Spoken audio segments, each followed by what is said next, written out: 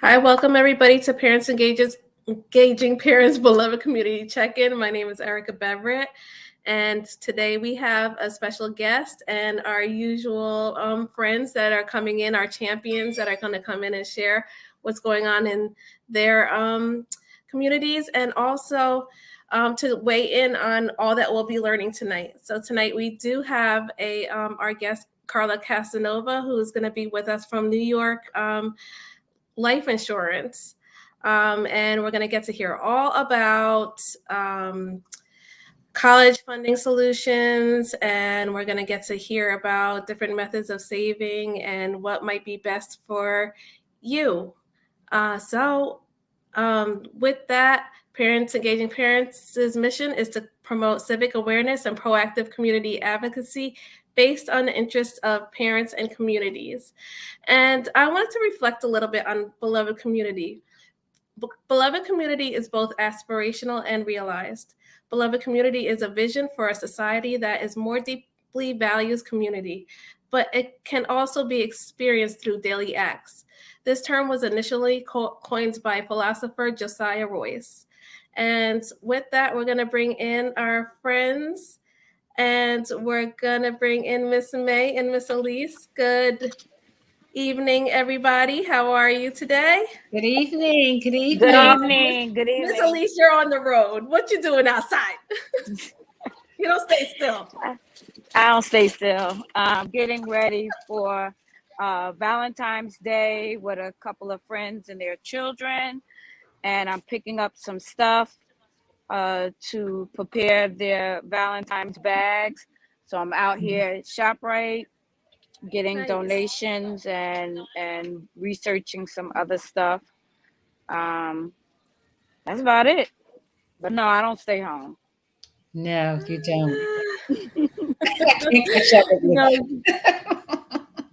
Go to bed at 12, up at 4. Oh my goodness. That's a long day. Yes, it is. But she's young. Yes, she is. Very young. Thank you. Look, thank you. So we wanted to definitely highlight that the YMCA of East Orange just honored you at their annual support kickoff. Miss Elise West was honored with the Community Impact Award for 2022. So kudos to you. Congratulations. Yay! Thank you guys. But I knew nothing about it. That's wonderful. I just happened to be looking at it because she said, at least I need you to come on the Zoom fundraiser. I said, okay, no problem. I had no problem with that. So, they were highlighting everything that was going on during the pandemic and highlight the little young man. And then the next thing I know, here go my name being mentioned. And I'm like, what?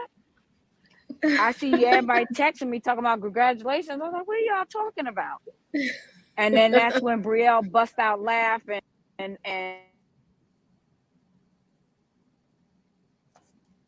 oh, we lost you. I can hear you.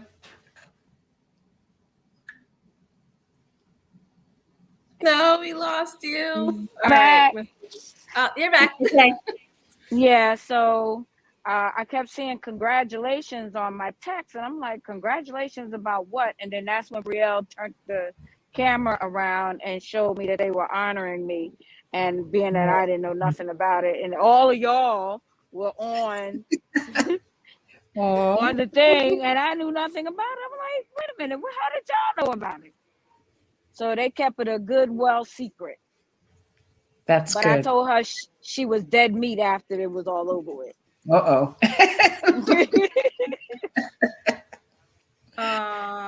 Yes, that is so nice. Great. Congratulations to you. You deserve it. You're very I thank them. I thank So them so much. Let's hear of all those wonderful things that you're going to be doing this weekend. Okay, so you're out there, you're in the neighborhood shopping for your giveaways for the kids for Valentine's Day. Yes, so we have the Valentine's for the weekend. Select families will be picking up their Valentine's. Also, I will be giving out Trader Joe's with flowers, fruits, and veggies. I will have produce boxes. and I pick up Hello Fresh tomorrow. So tomorrow morning is a Hello Fresh pickup. See, So look, all these men out here that are listening, did you hear what Miss Lee said? She said she's giving away flowers. That means, your pocket's a little thin. Go see Miss Elise. There's no excuses. None whatsoever. I have plants and flowers. Oh, So there will be no excuse. Exactly. Well, someone's going to be Alive, happy. living. So No excuses. Miss May, what's going on over there in Cumberland County? So in Cumberland County, we're just, still trying to get through COVID. We still have our testing sites available Monday through Thursday from 10 to 7.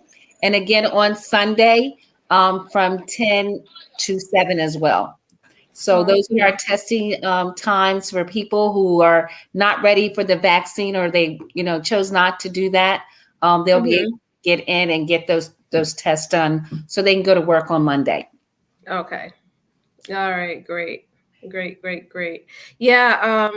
It's mandatory to get tested if you're not vaccinated for most schools at this time. So wait, that leads us into this conversation, right? That we were just tippy-toeing around. So I figured, you know what? We were just tippy-toeing around this whole conversation backstage.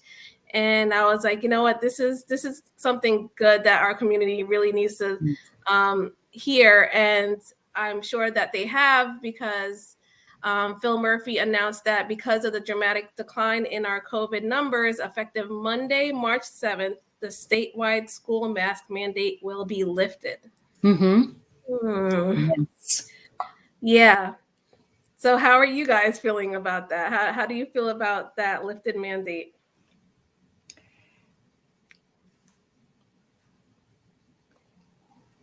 Elise is talking. We just can't hear. Oh, we can't hear you, Elise.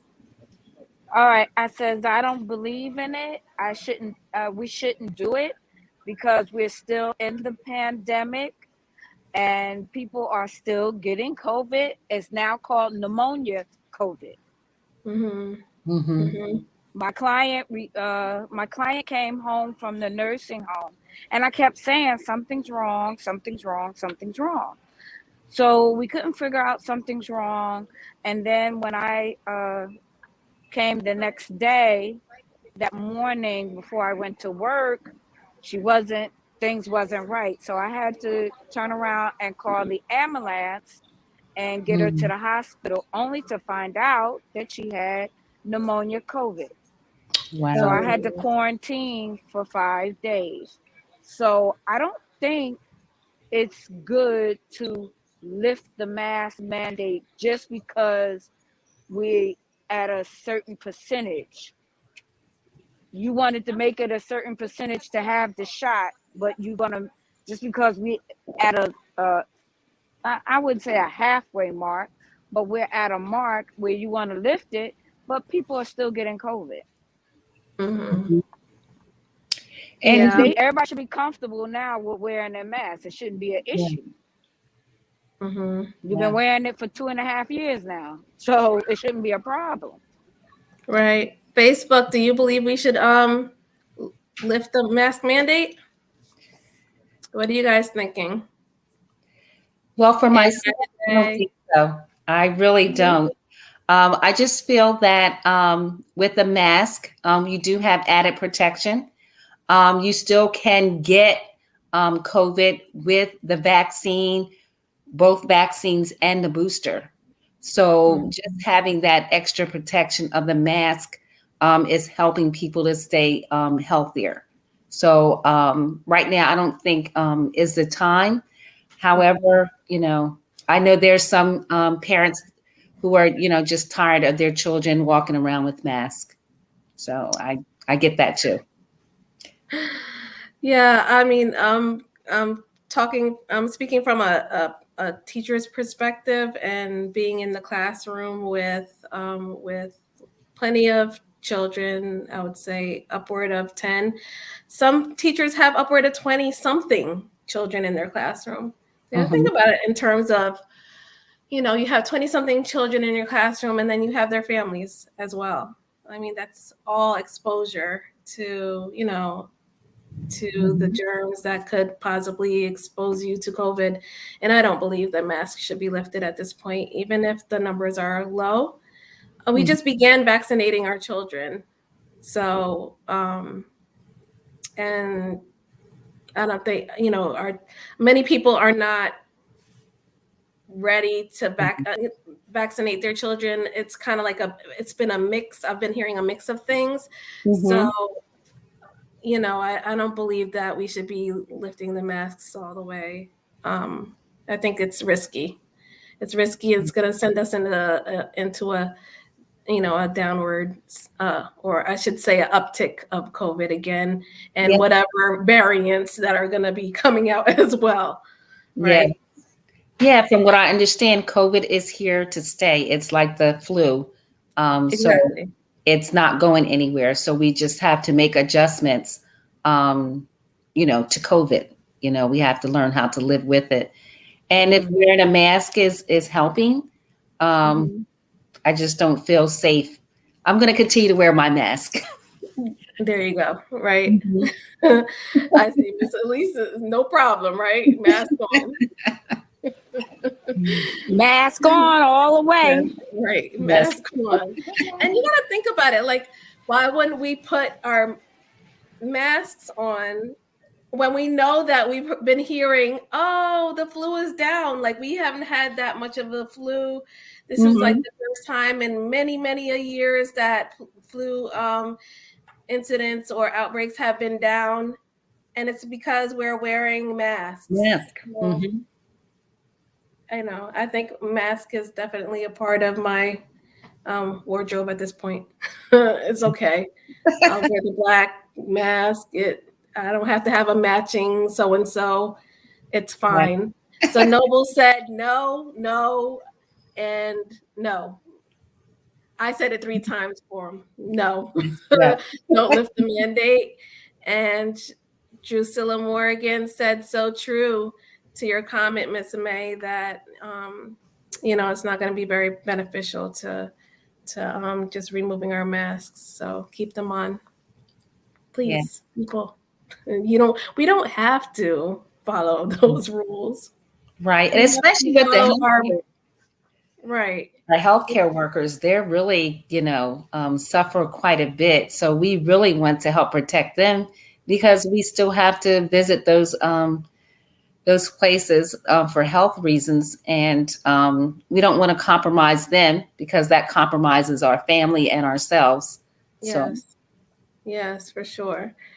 So this evening, I wanted to bring in Miss Carla. Miss Carla Casanova has been helping families with financial planning and insurance for over 10 years. Her commitment to building positive relationships with her clients is the cornerstone of her beliefs. Carla's passion for insurance stems from her desire to protect people and their families. Some of the services she offers includes life insurance, retirement, and college funding solutions. So with that, we're going to bring in Miss Carla Casanova. Hello. Hi, Miss Carla. Hi, how are you? So nice to be here. Thank you for coming on with us tonight. We really appreciate that you're spending your time with us and to share this vital information on how we can help to fund our college for our babies, right? Yes. I wish I would have met you like 10 years ago. I hear that a lot. Here it is. I'm full throttle with 2 children that are about to graduate high school pretty soon, and it is what it is. We're gonna figure it out. So, with that, Miss Carla, just wanted to share who you are. I just shared who you are with the community and what you usually do, but tell us a little bit about yourself. So thanks again for having me. My name, Carla Casanova. I'm a Newark resident. I'm actually not from the States. I was born in Peru, South America. I came over when I was about 11 years old. You know, as a lot of us, our parents bringing us over, chasing the American dream. Mm-hmm. I do have to say, you know, throughout the years and being in the financial industry for a little bit over 10 years, I realized there's a lot more to making sure you get that American dream, right? Yes. So getting into life help people just from different scenarios that I've experienced from people that, you know, clients that I met throughout the years of being in the business, it's really comforting when when I know that I have helped somebody either send their kids to school throughout a difficult time in their life is really something that fulfills me. And I am a parent of two. So it was Mhm. important for me to also just have that information myself, right? I Yeah. majority of us always say, oh, you know, when I have kids, I want them to be better off than Yeah. I ever was. And I Mhm. was like, you know what? If I don't know how to do that, I need to find out. I need to get involved in what's the best way to set myself up financially in order to Mhm. transfer that to my kids. Yeah. And that's really what made me get into this business, being able to share that information and hopefully make an impact in somebody's life. Yeah, no, I love it. I love that. So with that, um, are you ready to share with us? Sure. Okay. So today we are going to be I also forgot to share I am with New York Life. I know the flyer said that. I do have to say before deciding what financial company I wanted to work for, it took me a little while. Just Mhm. because I wanted to believe in the company that I worked for, right? Absolutely. Number one, it does give me the freedom of to manage my time in order to be able to be a mom first, because that's, you know, the most important thing to me. Absolutely. But I do believe in New York Life as a company. They offer great products. They put the customer first, and the best thing is that they give us as agents this opportunity to actually host, you know, webinars or seminars whenever COVID is over, Mhm. in order to educate the community, you know, in order to make the community aware of all the services that you can get, whether it's with New York Life or anybody else, right? It's all about Yes. having the information. So with that being said,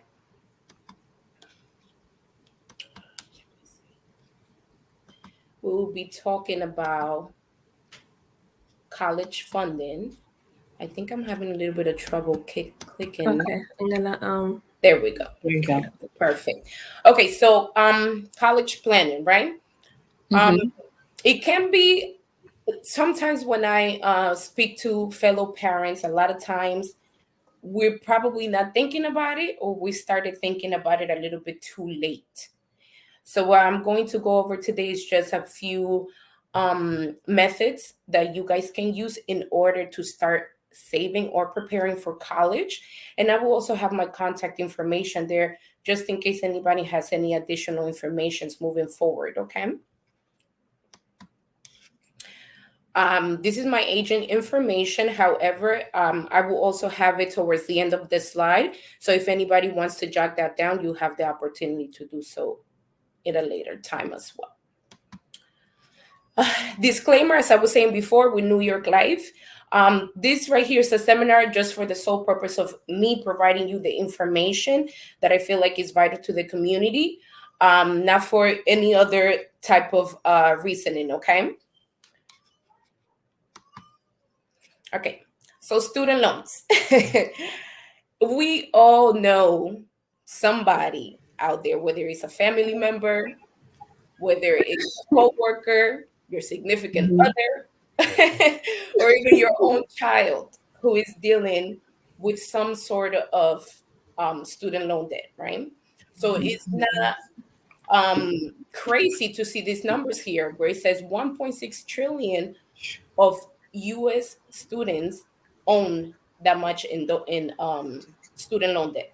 1.6 trillion. That's crazy, right? it's Yeah. insane. Uh-huh. And almost 45 million Americans have the student loan debt. I make fun of my fiance all the time because I tell him, you see, if you didn't decide to also get a master's, you probably be done. But wanted to go ahead and get his master's, right? We encourage our kids. I know he came from a family that encouraged him to go to school, get a degree, get a career. But what happened was that the piece that was missing was the planning for that, right? Or getting to the stage where you're actually ready for college. So it's not surprised to actually figure out these statistics that are listed there. Now, majority of college students who are, who have to face this debt are going through a different financial issues that affect their long-term financial stability, such as they lower their contribution to any type of retirement account that they have. They need to pay those loans. So more than likely, let's say they're not going to contribute as much to their 401k, or probably not contribute at all. Marriage rates are declining. I don't know about that right now because I do see a lot of people getting married. It's the season. Some studies show that that's delaying, college students.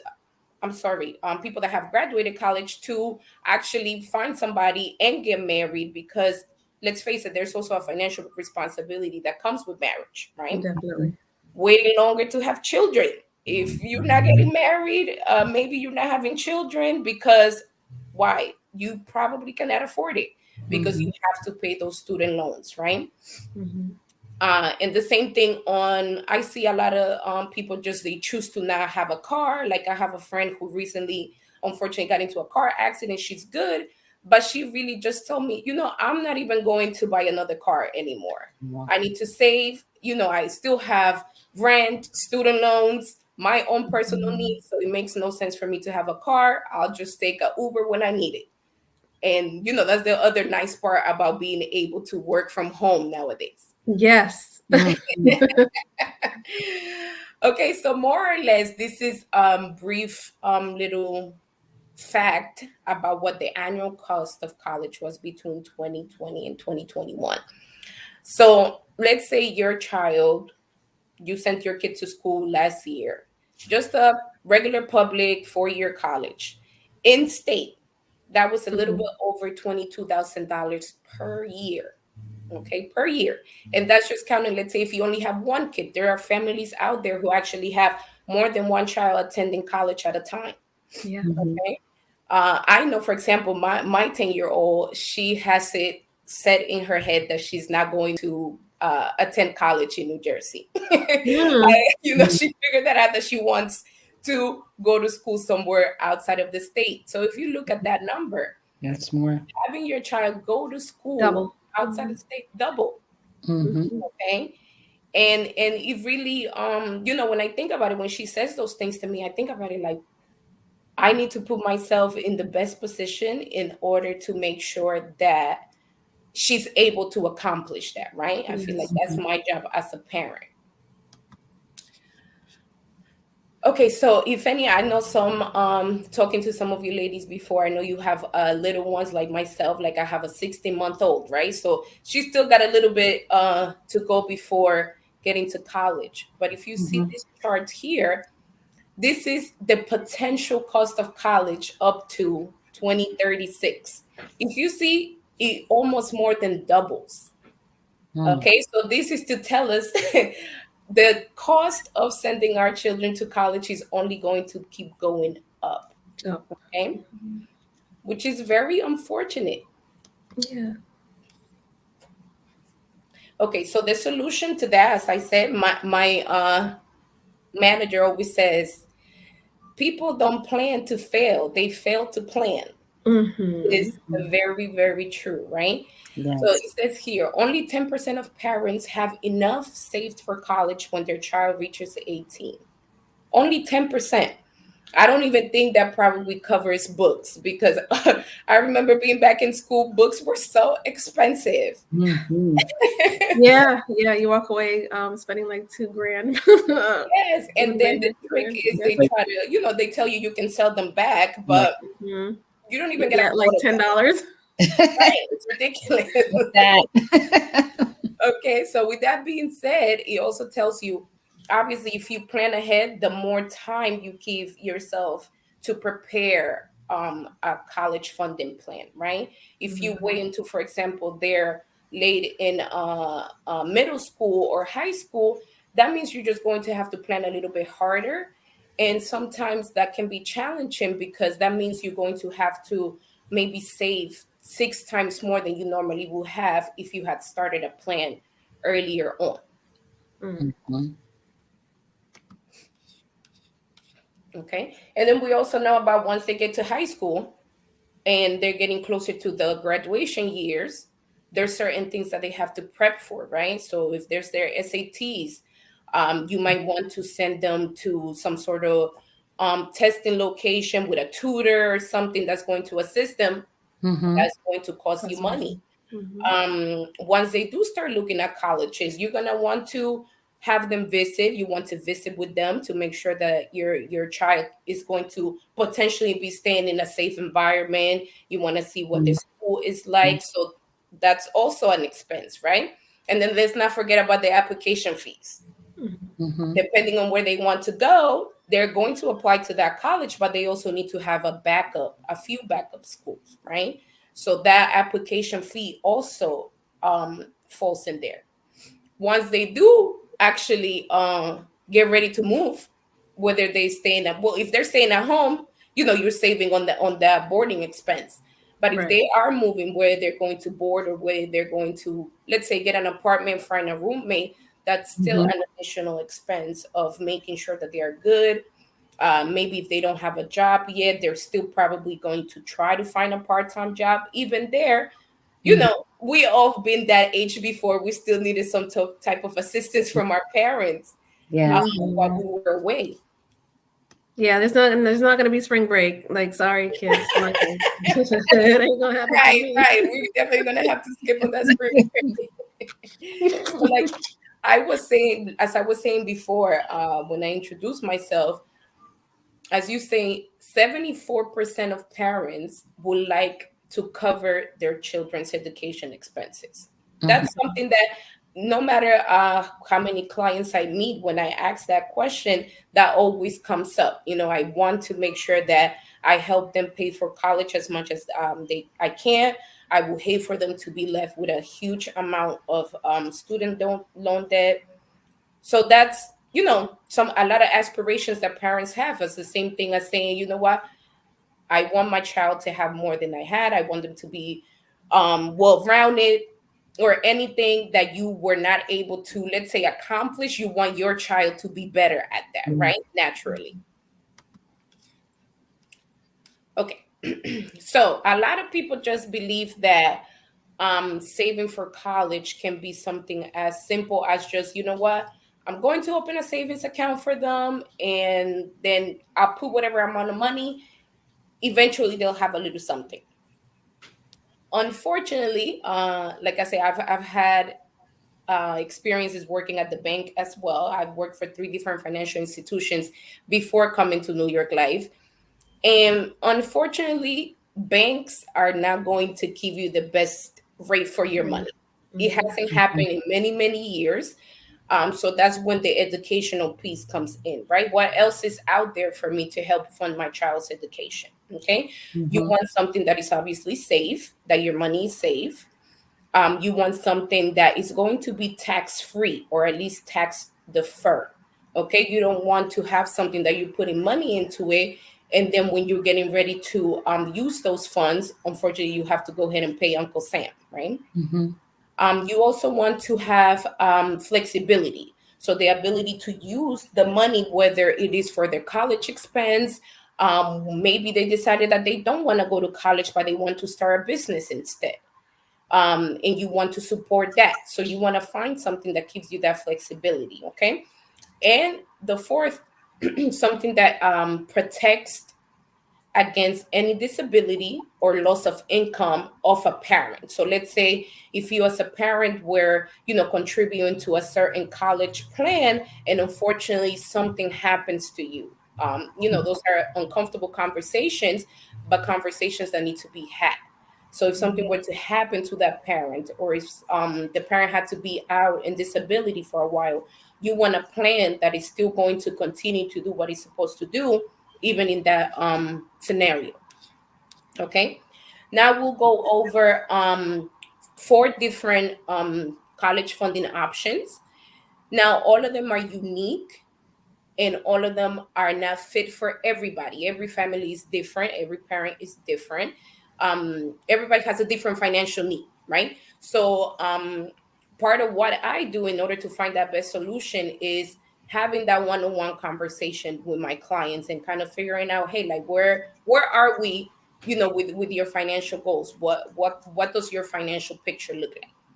So what we're going to discuss is savings accounts, 529 plans, which some of you might have heard of, Coverdell Education savings accounts, and also a cash value life insurance. Okay. Out of all these 4, which one will you guys say you hear of the most? The 529 plan. Okay. Yeah, that's what I figure. Most people hear about those. Okay, so starting with a savings account, right? As I was saying before, say that this portion right here, which says savings accounts generally earn 1% to 2%. I have yet to meet. We haven't experienced that yet. I know we all here have a savings account, even if it's not for our child, and Right. it's definitely not paying a 1%. No. It's like 0 point. I know. Very low. Very, very low, right? The one thing that a savings account does give you, however, is, it's low risk. There's no risk. Really. And it also gives you the flexibility to add as much money as you like, whenever you can, however amount, whichever amount you feel comfortable with, you can do so. However, when it comes down to taxing a savings account, you actually do have to pay taxes on whatever gains. Now, right now, the good thing about it is that you're really going to be earning so little that more than likely there is going to be nothing to actually report, right? But let's say you did decide to go with a savings account as a savings tool for your child. Then let's say down the road, maybe 10, 15 years later, you've actually accumulated a significant amount. That will be years and years of paying taxes on that money. Okay. Now, the other good thing about the savings account is that it's available for all expenses. So there is no type of restriction. You can use it for books, you can use it for tuition, you can use it as like an allowance. You can, once they get established with a checking account, let's say, you can transfer funds from that savings account for their expenses. Okay, so no type of restriction with the savings account. However, is there any type of protection against death of loss or loss of income? Unfortunately not, right? Let's say you open a savings account for your child. Unfortunately, if something were to happen to you and you can no longer work or you're no longer here, that means those contributions stop, right? So you're not able to continue to grow that savings account for your child. The next one we're going to discuss, which I'm almost sure everybody in here has heard of, a 529. Okay, it's a state-sponsored plan that allows you to pay for higher education expenses from a tax advantage account. That part where it says for higher education expenses, 529 plans can only be used for a child that's going to a 4-year school, okay, or let's say getting their master's. Okay, it cannot be used for anything else. It is tied to the market, so therefore you could, whenever you're contributing to this 529 plan, there could either be gains or there could be some losses. So that's something to think about, right? Obviously, when you do have a 529 plan, it's normally managed by a company. So in this case, for example, New York Life or a TD Ameritrade. This is not something that you can just walk into the bank and open on your own and have access to, let's say, like on your online banking, like a savings account. So this type of 529 is a little bit more complex. The other key feature in this is that, unfortunately, like I say, you can only use it for college expenses. So let's say your child later in life decided that they don't want to go to college, and like I said, they want to open a business account. I'm sorry, a business. They will not be able to use that money. If they do, then you will be penalized because it's not being used for college expense. However, if you have more than one child and you want to transfer that 529 plan to them, you can do so. So you can transfer with no problem. It's just that you have to be mindful about where you spend those funds in. It has to be strictly college expenses, college tuition, books, things of that sort. And this also cannot be used on a trade school. So let's say your child wanted to go to school, for AC and things like that. They wouldn't be able to use that, the 529 plan, in order to cover those expenses. Okay. This the Coverdell Education Savings Account is not very known. A lot of people don't really know about it. They don't really use it as often. But there are different key features to it. It is also tied to the market, but it is invested generally in stocks, bonds, and mutual funds. Okay, and just as the 529, it has to be managed by an investment firm. Okay, just because, believe me, majority of an average parent is not going to be very knowledgeable about stocks and bonds and mutual funds. So therefore, it has to be managed by an investment firm. Okay, as far as taxes on this ESA account, the gains that this account gets you, so meaning the interest, is tax deferred. So you don't have to pay taxes on the gains that this account earned you until, let's say, you are ready to, let's say your child graduated college, they no longer need it, you're ready to keep them, the remainder of the funds you have there. At the moment of closure, that's when you will be responsible for paying any taxes on any gains that this account provided to you. Okay. However, any let's say withdrawals that you make from the account, as long as it's used for college expenses, those are tax free.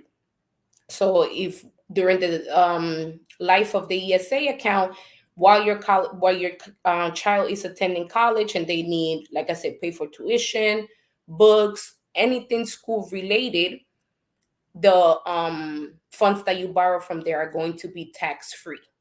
Okay, there is an income limitation. Okay, so just like IRAs, like for example, an IRA, you can only contribute up to 7,000 a year. With the ESA, you can only contribute up to 2,000 a year until your child is 18 years old. So basically, once this account, once your child reaches 18, this account really serves them no purpose anymore. Okay, this is only up to 18 years old, and it has that restriction of you're only able to contribute $2,000 a year. Okay, and the last thing, just the same as with the savings account and the 529, unfortunately, if something were to happen to you, or the other parent that's contributing to the ESA, those contributions will stop. Okay, because there will be nobody else to put money in that account. So unfortunately, if you were just able to, let's say, contribute $4,000 and something happened to you, then that's all your child is left with. Okay. Then the last one, and the one that I find that most people have really very little knowledge of, and especially have no idea that they can use it for college planning, not only for college planning, but really whole life insurance. You can use it for so many things. So there's no risk in a whole life insurance policy. It's not tied to the market at all. So there's no way of you losing money. If anything, the cool thing about whole life insurance is that it has a guaranteed cash value growth.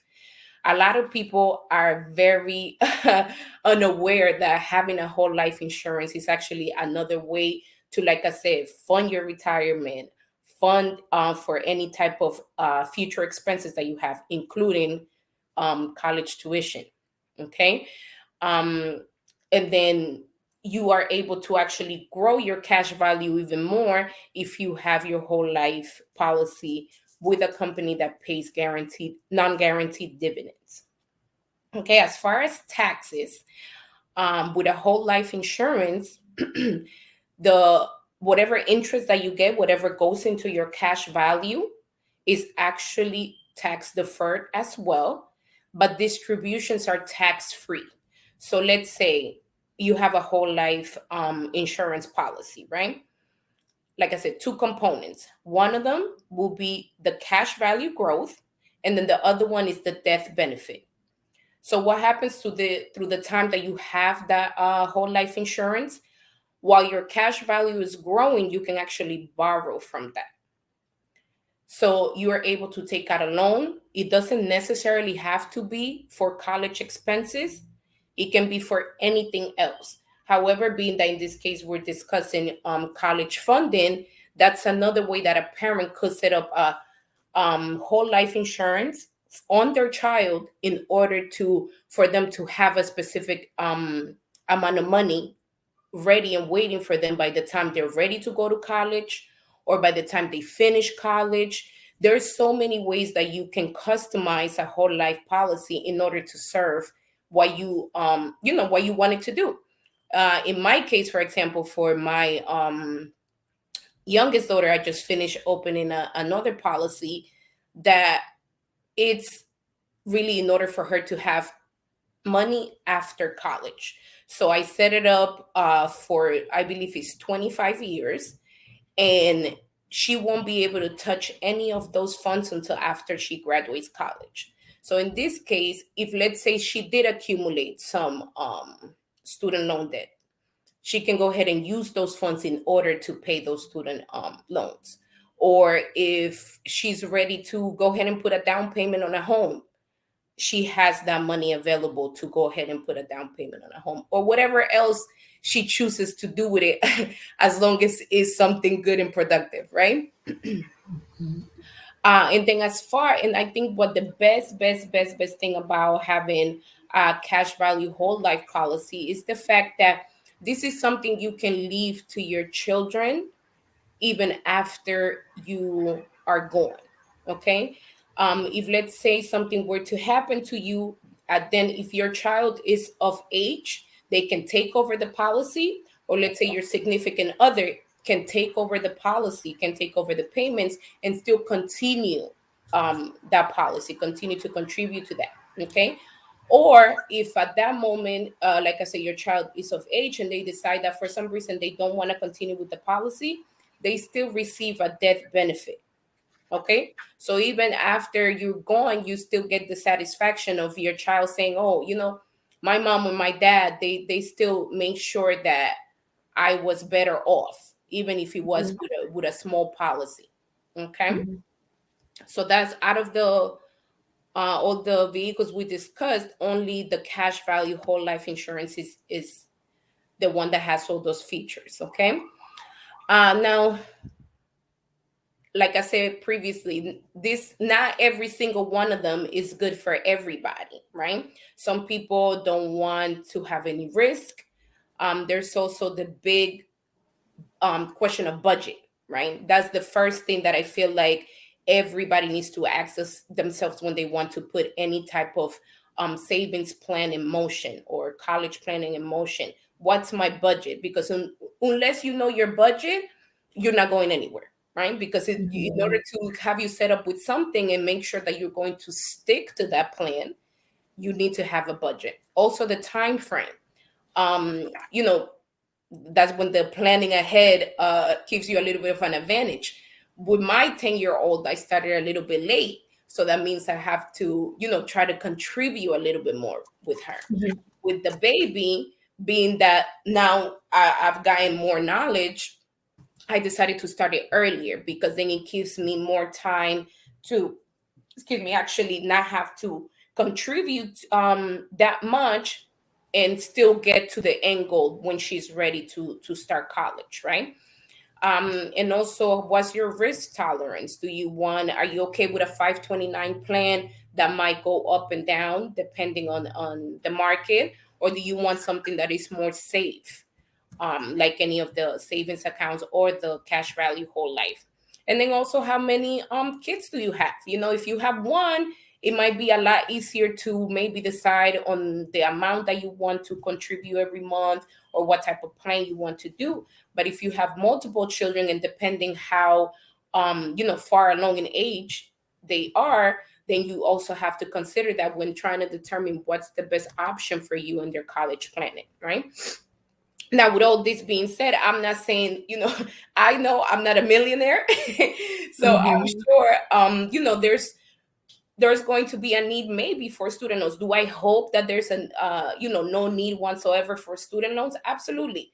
But we're also going to be realistic, right? So just also keep in mind that there are many other programs, especially scholarships. There are so many type of scholarships that our children can get. It just really takes a little bit of research and a little bit of meeting deadlines and making sure that you are planning for that. Okay.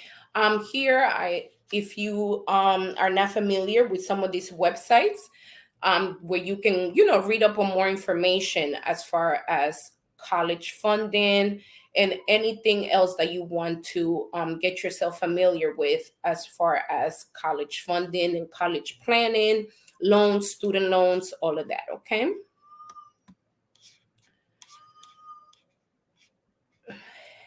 Okay.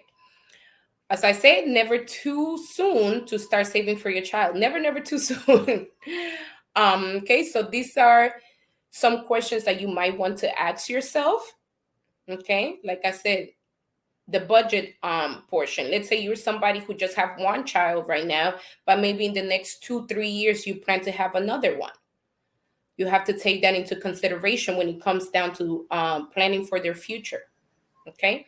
And the flexibility, budget, taxes is very important. The last thing you want to do is have a plan, and then when your child is ready to take advantage of that plan, they have to pay taxes on them. So you want to, make sure you're making hopefully the best decision that best fits you and your family. Thankfully, you don't have to do it alone. And I would love to answer any questions, whether it's I know we might be short for time, but I am going to display my contact information in the next slide. It will be 100% complimentary consultation with me as far as any financial need you might have, not necessarily just college funding, but anything else really. That's really just overall what I do, right? That's why I'm a financial planner. And whatever financial picture it is that my client wants to paint, I try my best to get you there, right? To make sure we put a plan that is going to help you accomplish that. Okay. So I leave my information there for a few minutes if anybody wants to jot that down. Thank you. You're welcome. Thank you, Carla. No problem. We do have a few folks that are on, and we have hi Gordy Chula Melendez said, my son is going to high school next year. He's going to start next year. Mm-hmm. So I believed that would be like, I guess, a little bit behind the ball game. And trust me, look, Gordy, don't feel bad because I'm right there with you. My son is graduating, and we pretty much said student loans and scholarships is the route that we were going. But it's so much better to be prepared. If I had to do it all over again, I would probably not have spent as much time in Children's Place when they were little, and I would have invested more money into their future as far as Right. college. So even for somebody, if you have a child that's just about to start high school, you will be surprised that it's really not that late. It's just Mhm. about the most important thing is figuring out your budget. Okay, Mhm. because based on that I can let you know, okay, you know what, if this is your budget, by the time in 4 years he will have at least this amount of money, especially with a cash value whole life policy. Mhm. It grows every year, and don't think it grows by, a few cents. Like, no, this is why I like when I have my client meetings. It's always great to see the look on people's faces and like, oh, I didn't know life insurance did that, whole life Mhm. insurance did that. So it's really not too late for you to get a plan started, because remember, this is something that you can set up for him. Once they get out of college, they're still babies, Mhm. have a Mhm. whole other set of goals that they're trying to accomplish. So even for you, Erica, to set something up for them that can help them when they're early in their 30s and they're getting ready to buy a home or Mhm. getting ready to get married. I'm planning a wedding right now, and let me tell you, it's so expensive. I want to cry every time I think about it. Okay, but Mhm. there's so many things that you know can help you achieve many things for your children, even if you started planning late. Mhm. Okay, so definitely, if you would like to take my contact information, I will be more than happy to give you kind of a financial picture and see what it would look like for you once he's out of high school. Yeah, no, I love that. It probably wouldn't be towards I probably wouldn't hype it up towards a wedding, but definitely investing in real estate or Yeah, something. Some something that he would land. like to do. Yeah, that's where my head is at. That is exactly where my head is at. If anybody out there on Facebook, if you have any questions, please definitely put them in the chat, and we'll put them up here. And we definitely wanted to shout out a few folks that jumped in. Gigi said, "Please, yes, please keep your mask on." Sunshine Mackenzie said, "Good evening. Thanks for joining us, Sunshine."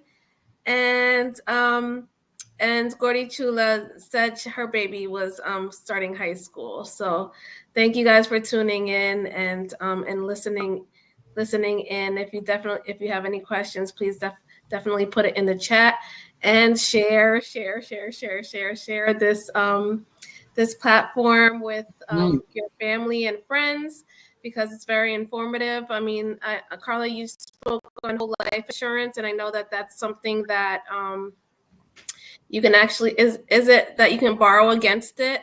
Can you Yes. explain that whole life insurance Your piece? whole life insurance earns you cash value. It has a separate component that just by you paying your monthly premiums, you earn cash on that cash value. You can do as you please. And the beautiful thing about it is that when you borrow against it, you don't necessarily have to pay it back.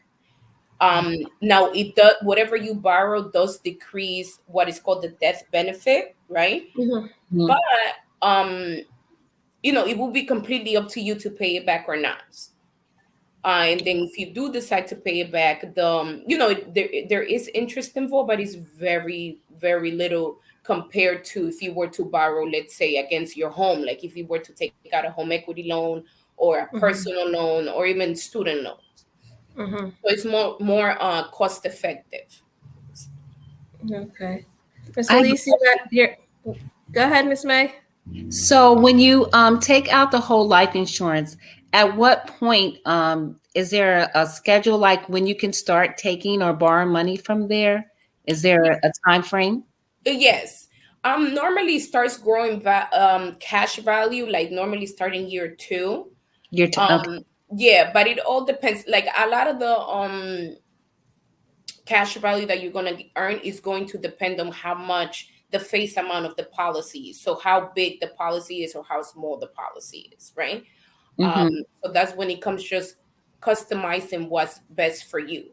But like I always tell my friends, especially my friends with kids, I'm like, Mm-hmm. having something little is better than having nothing, because as your life grows, maybe you're changing jobs, your income is changing, you can go back and revisit your life insurance and always add more if you need to. But I think the worst thing is when you hear of, especially I went through it a lot at my previous job with TD Bank. So many people, during the pandemic, it was so sad just having so many families come in saying that they lost someone. And Mm-hmm. unfortunately, a lot of people didn't have anything in place. And, Right. if you figure funerals are very expensive, just like, getting a mortgage is expensive, like all Mm-hmm. of those things. So a lot of times people don't think about what is it that you have to do in order to protect them, right? Because most of the times, for example, when you get a mortgage, you're probably paying it between two people, right? So I don't think people ever ask themselves, what will happen if something happens to my significant other? Now I have Mm-hmm. to pay this mortgage all by myself. But there are things out there that you can put in place in order to, unfortunately, plan for the unexpected. Mm-hmm. Thank you. You're welcome. Miss Elise, do you have any questions tonight? No, I don't, but I appreciate her for coming out and taking the time to be on our platform tonight. I thank her so much for Yep, and being. Miss Elise, we're going to credit you all the way Yes. because you definitely led Miss Carla in our direction. So we love you for that. Thank you. Thank you. Yep. Now, Oh, keep in mind, we do have, doesn't MetLife, if I looked at it right, MetLife have a scholarship for children? Well, I'm with New York Life, and yes, I mean, we do. We have very various of different things. We even do donate. If I believe that's actually what I'm working on. Having a nonprofit that I work with closely, which when I heard about what you guys do is really right up my alley. I'm very passionate about being a parent. So this fits right in with me. But we do offer, different grants and stuff as well, the scholarships. So I can definitely get that information to you guys. yeah, no, that'll be great so that we could plug that in to share it our with parents. is a question. Um, it was based off of going to college on a budget. How do you approach going to college on a budget? I don't know if that can be a very realistic question. Because you can really you're going to know what Foster. the cost of Mhm. your tuition is going to be. Depending on what your child is going to major in, there's different expenses into that. Because not every book costs the same, right? There's Mhm. certain maybe classes that they might have to complete additionally. And remember, you pay by credit. So if they decide to go to a school that is out of state, then that's even more costly. So really, it's all about how, I think it also has to do a lot with parenting style. Um, Mhm. what do you want I know a lot of parents opt for having their kids start the first 2 years in like a community college, just because, for the most part, what they're covering year 1 and 2 is more than likely not going to have too much to do with their Degree. major. Mm-hmm. So a lot of parents decide to, save money in that case and send them to a community college the first 2 years. And then after that, you can go ahead and apply to a university of your choice. And then within those 2 years, like I say, a lot of I know it happened to me. I switched Mhm. majors. I thought I went in thinking I wanted to do something, and then it didn't happen. Mhm. So I think that could be a smart approach, to have them start at community college, kind of figure out, get their feet wet when it comes down to college, and then figure out if the major they said that they wanted to do is really what they want to go for, and go from there. So that could be a way for you to budget college. But other than that, it's an expense that if you as a parent would like for your kids to go to college, I think it's a major expense, right? I think one of the slides even said that college debt is second to mortgage debt. Mm-hmm. So technically, paying for a 4-year school is almost the equivalent as Paying getting a for mortgage, home. buying a Mm-hmm. home. Mhm. So it's a big decision, obviously, that it has to make you comfortable as the parent, but also they're going to be the ones that are going there, and you want your money to be well spent. You don't want to send them to college and then you know Party. either right. So there's a lot of things that go in there, but then that's also when you leverage different things, aside from you trying to plan with a college fund, your scholarships, any grants that your city might offer, those different things. Yeah, definitely. Um, there's a question about um, have you discussed getting a job that pays for employees to go to college? You mean like employers helping with tuition? Yeah. A lot of employers already offer that. It's just the Mm-hmm. fact that they will want you to stick to something that's related to the business. Mm-hmm. Okay, so for example, my all my learning, my extended licenses are covered, but it's because it's all related to the job that I do, right? Exactly. With Mhm. TD Bank, or even when I work for Wells Fargo, Bank of America, it was the same thing. They will cover a certain amount of your college expenses for that Yes. semester, Mm-hmm. depending on, number one, the grades. You had to have a certain grade point average, and then you also had to be studying something related to finances. So I do know a lot of employers offer that, because Right. they know that's high in demand. A lot of people want to make sure that you have to. Most people nowadays that are in school, you have to keep a job as well. So that's another way that employers are trying to make themselves more attractive. But they're most of the times, from my experience, I know there's some sort of restriction as far as why you can major in and things like that. But that's definitely something to look into with your Mhm. employees.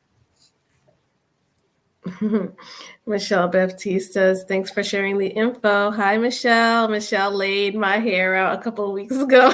Ooh, Now back to curly. she needs to give me her info. Yeah, definitely. Actually, she's down here. She's down South Jersey. Oh my god. Yeah, I don't know if you're thinking that right. Yeah, that's a But little you out of know my what? way. You have you hit something, and you just said that college debt is equivalent to purchasing a home. And actually, yesterday on February 8th, the New Jersey's Emergency Rescue Mortgage Assistance Program began accepting applications. So if you can, probably take a look on nj.gov, see if you can find any information on the New Jersey Emergency Rescue Mortgage Assistance Program. It's a mouthful. They're beginning to accept applications. The program will distribute $325 million in federal funding to provide American Rescue Plan Act to New Jersey homeowners who have experienced a significant reduction or loss of income due to COVID-19 and have remained to be unable to make their mortgage payments. So, what would qualify folks for this is that You have to be the homeowner foreclosed. must They want you to own have a and foreclosure notice. You got to have a foreclosure notice. oh, okay. So Just like if you had, if they helped you with rent, they want you to have an eviction notice. Mm-hmm. Okay, so if you own and occupy an eligible 1 or 4 unit primary residence, if you've experienced a COVID-19 related financial hardship and have been unable to remain current on your mortgage payments, if you meet household income limits, and you have to been current on a mortgage and property taxes as of January 2020. So they're saying after January 2020, I believe the hardship would have started. But there's money out there. There's money out there. Please look it up. It's called the New Jersey Emergency Rescue Mortgage Assistance Program. Take a look at nj.gov, see what you can find out. And if you qualify, go for it. Yeah, don't get that money, honey. Okay. Well, I would like to thank everybody for joining us this evening. We have discussed information on how, well, not so much. We're going to definitely discuss that, Ms. Cardona Aguilar. We're going to discuss that on next week, because we're going to have the Educational Opportunity Fund representative here with us from Rowan College. He is going to be talking all about how to get funding and what programs are out there. Thanks to Miss May. Miss May brought some folks on. Look, you guys are just so resourceful. We love you for that. We're definitely, yes, you're ahead of the game, Ms. Cardona. Thank you. Yeah, we'll be talking about that, but definitely take a look back, see what Carla spoke to us about, how we can save for our babies.